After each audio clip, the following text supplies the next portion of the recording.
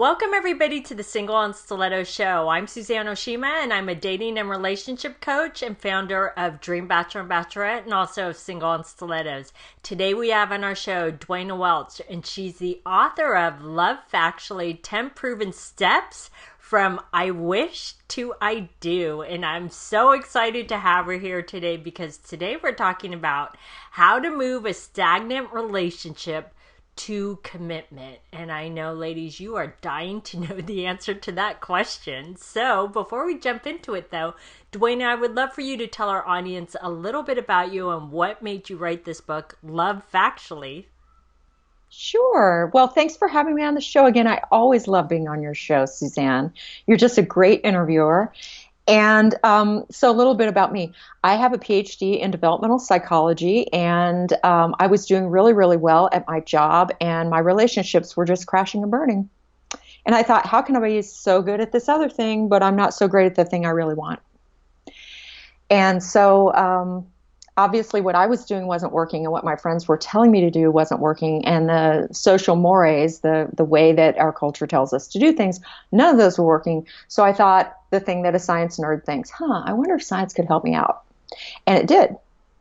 So I initially used all the information in my book for my own benefit. And I actually did not plan to write a book. I planned to just benefit for myself. But then somebody called me and said, hey, I heard what you did. I want you to do it for me. And I said, oh, I'm too busy with my professorship. I can't possibly do that. And she said, I'll pay you a lot of money. And I said, I guess, yeah, I could do that. So I've had clients now for about, I don't know, it's either 15 or 20 years. I'm really not sure how long it's been. And it eventually turned into a blog and a book, and I still have my clients all over the world. So that's my story, and I've been happily married. We're coming up to 10 years in January.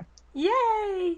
I love that you just kind of fell into it, and you were really just doing it for yourself, and now look what you're doing, and you're already writing your second book, and that's amazing. So, and I know everybody that I've talked to that has read your book, Love Factually, has loved it. So, this is great. So I'm so honored to interview you on this topic about how to move a stagnant relationship to commitment. So can you give the ladies an idea on how to do this? Because I know this question comes up all the time. Yeah, it's one of the questions that comes up all the time with people who approach me too, whether they're a client or whether they just emailed me. It's a really frequent question that women, heterosexual women, ask. You don't get this question a lot from guys because they're in the pursuer role. They're the one usually who proposes, right? Right. They're the one who asks for the number, asks for the date, all that. So one of the things you could do that you'll hear a lot of people say this, and it's wrong, by the way. Why don't you just ask him? Just ask him to move the relationship forward. Just ask him to call you more often. Just ask him to ask you on that date. Studies show that guys move you from the possible Mrs. Right category to the Miss Right Now category when you do that. And why because is that? They think you're low status. They think you don't have any other options. It's kind of like Groucho Marx famously said, I wouldn't be a member of any club that would have me. Guys kind of want to feel like they're reaching for you. Like you're on a pedestal? A little bit. I don't mean anything creepy or by that or stalkerish by that, but I do mean that they don't just want to respect and like and love and lust you. They want to actively and avidly admire you. They want to brag to their friends about you. It's funny, my husband and I have been married so long, and he brags about me all the time. Aww. I'll just walk through a room and he's on the phone bragging about something. He wants to look up to me.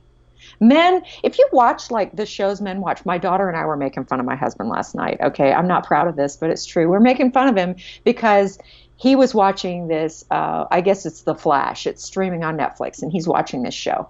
And it's like the worst kind of drama.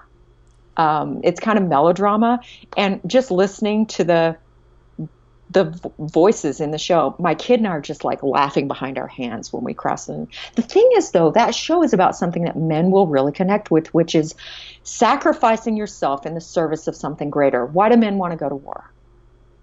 Why do men start playing at being superheroes and at rescuing people from the very beginning of their lives? Little boys do this. Why do they do it? They want to be the superhero in a woman's life. They really do. But not just any woman is worth doing that for. They want to be excited about you. And how they know they're excited about you is they chased you. So the first tip for really going for forwarding this relationship is not to ask him. It's to become slightly less available. When you are available, you're very, very warm and friendly and sweet, but you're not available as much as he would like. A lot of women confuse the lack of total availability with being a bitch. No.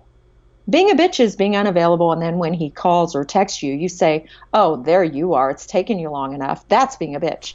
Being slightly unavailable is if he calls and you're in the middle of something and he hasn't really been upping the ante of the relationship the way that you want it to go, you wait a day and then you call him back. But when you call him back or when he calls back the next day, you are super friendly. When he says, oh, I called yesterday, what were you up to? Well, first of all, if he's not actually your boyfriend or your fiance, you say, oh, I could tell you, but I'd have to kill you. It's a secret mission. Like, make a joke about it. Don't tell him what you were doing. He doesn't really have a right to know that, but don't be bitchy about it. If you are in some level of commitment, then you can say, oh, I was just really busy at the moment, but I'm so happy you called me back. It is great to hear your voice. Smile. Let him hear the smile in your voice. That is so Men true. want to make you happy. They feel like crap when they make you unhappy. So you want to be very sparing with that you're a bad boy thing, because if they feel like that often enough, they associate you with it and they don't want you anymore. So you've got to pair being slightly less available with being really rewarding to be with when you're present. Now, if you're already living with the guy or something, you may have to move out. True story. There was this woman I knew who, and she's given me permission to use this story in my next book. She was a former student of mine. And I invited her over to give her baby a new gift. Her new baby, I wanted to give a gift. So I invited her over. This was after she had been my student. Beautiful young woman. And she said, I don't know if we're going to get married. I kind of feel like we should. And I looked at her and I said, this baby deserves full commitment, not partial commitment, full commitment. Before it was just the two of you, but now you have someone who absolutely relies on the two of you. Now, if you don't love each other, fine, don't get married. But is this someone you would marry? And she said, yes, but he hasn't asked. And I said, do you want him to? And she said, yes, and I don't know how to go about it. And I said, I agree with you. And I think he loves you. And here's why I think he loves you. He bought your sister a car. Sister didn't have reliable conveyance. He bought her sister a car. Oh, that was nice. Not a rich guy. He always asks you how your day is. He tells you he loves you. He thinks you hung the moon and stars for having this baby. I said, but men get comfortable. He's not going to connect with urgency unless he thinks he might lose you. So I said, but you can't be bluffing. Here's the thing. You got to really, really mean it. And I will tell you what, she had some huge ovaries. Here's what she did. She said to him, the relationship, the level of commitment we have, it's just not really, it's not feeling like my home. This doesn't feel like home to me. It doesn't feel like what I was hoping for. And, I think I'm going to move back in with my parents. I'm going to take our baby and I'm going to move back in with my parents. We can still see each other, but I have some thinking to do. And I had told her that I thought she wouldn't even get a bag packed before he proposed. She was not through making that speech before he said, I cannot imagine my life without you and this baby. Please marry me. Oh my God. Now, she didn't give him an ultimatum. Every woman I've worked with who's done this, the guy proposed. Always. But the inclination is people will tell you, well, why don't you propose to him? Because then you don't have any status. That's why men they want to be a superhero for a woman they admire. And also, it's funny because right when you said that about a woman proposing to a man, ladies, if you saw my face, I totally cringed when she said it, because I'm like, yeah, it's one of those things where, we as women want to be treated equal, but quite honestly, that's one thing that I think women still want is that man that asks her to marry him. And quite honestly, the picture I got in my head, I don't know about anybody else's, I almost felt like it emasculated the man. Like, oh, well, I'm going to take over because you haven't done it yet. And now I'm going to propose to you. And it makes him feel almost like, Well, he doesn't know if he said yes because he wanted to or yes yeah, because he felt like he had to. yeah, I want the man who wants me, and the way I know that is he's pursuing me. yeah. She found out, did he want her? Because if he didn't, he would have let her pack up and go. Exactly. That is true. And it She made found him out. realize that, he didn't want to have his life be without her, and that's really important. That's right. He's a wonderful husband and father. Got more children now, and it's just it's so lovely to see what life looks like when you are fully chosen by a man. If you get chosen by a man who was never quite sure, you will always be treated like the superhero who gave himself in a cause that wasn't worth it. Yeah. And it's not good enough for me. And I hope it's not good enough for the people who tune in to you. And that brings up a point. You can also test commitment with jealousy. And this is really unpopular. Boy, have I received some hate mail from men about it. I write for Psychology Today sometimes, and Hmm. I had taken an excerpt from my book, and it got published there for dealing with the green-eyed monster and how sometimes creating jealousy can be a good thing. Studies show that when women ask men how committed they are, it lowers the woman's status and it makes him more confused rather than more clear about how he feels about you, which is exactly the opposite of what women are trying to achieve. And in research, among women who create jealousy intentionally in a male partner, I always thought women were just doing it to be catty. That's not the case. It turns out that in studies, when women get asked, why did you do this? They say, well, I didn't know if he cared about me. I didn't know how much he cared, or our relationship had stagnated, and I needed to know if we were ever going to get to the next level. So I let him think that somebody else was interested in me, or I showed up at a party with another guy, or he asked if I could go out with him, and I said, oh, I'm sorry, I already have plans. When he asked what those plans were, I said, oh, well, I didn't think we were exclusive. I said yes to a date with someone else. If you do that and he doesn't care, he doesn't care. It's a really accurate litmus test. I have been, about 80% of my clients are men. And it's funny, about half the readers of my book are male, too. Men do care about love. They care about relationships. They just want some fact behind the advice and the information.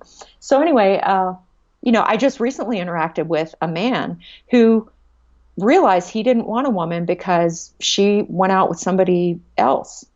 And he's like, I'm just not that interested. You know what? Better for her to know now. Better for him to know now. That's interesting. That's really, really interesting, though, because it's one of those things. Like, I just thought about that in your client, this man who didn't want to go out with her. But it was like, but he didn't seal the deal, right? Like, he didn't ask her to be in an exclusive relationship, and then he's mad that she actually went out on a date with somebody else. Wasn't even that mad. If a guy's really angry, that at least he cares. Right. You know what I'm saying? It's like, usually what happens is a woman does this and the guy's like, hey, I want to be your boyfriend. I did this once to a guy. We weren't exclusive. He was waiting, he was asking me out midweek for weekends.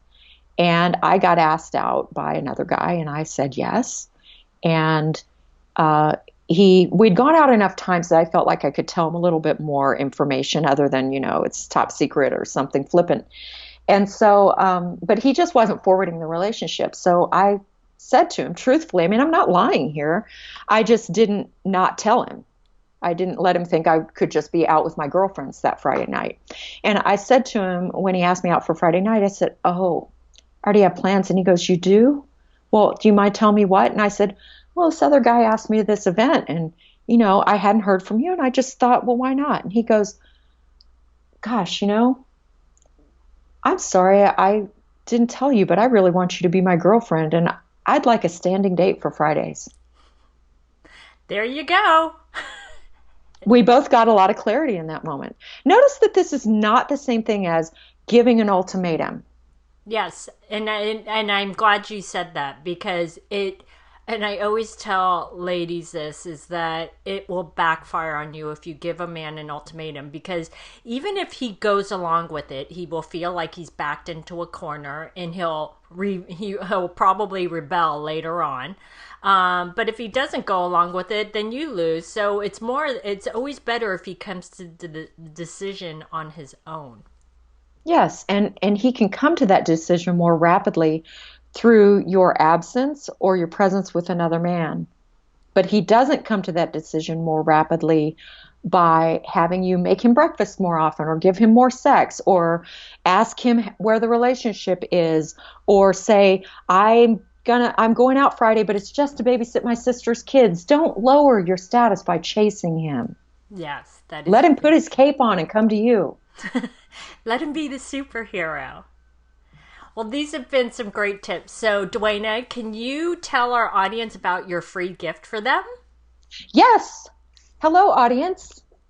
Thank you for being such a great audience through the many interviews that Suzanne and I have done together. This is my book, and you can have a free chapter for it at lovefactually with an F.co. And also, I answer all the emails I get for free. Awesome. Well, ladies, go get that free chapter because I promise you, you will not be disappointed. Her book is awesome. So, thanks everybody for joining us on the Single and Stiletto Show. Our show is available both in video format and podcast format. If you'd like to view the videos, you can go to singleandstilettos.com. And if you'd like to get the podcast, you can download it from iTunes.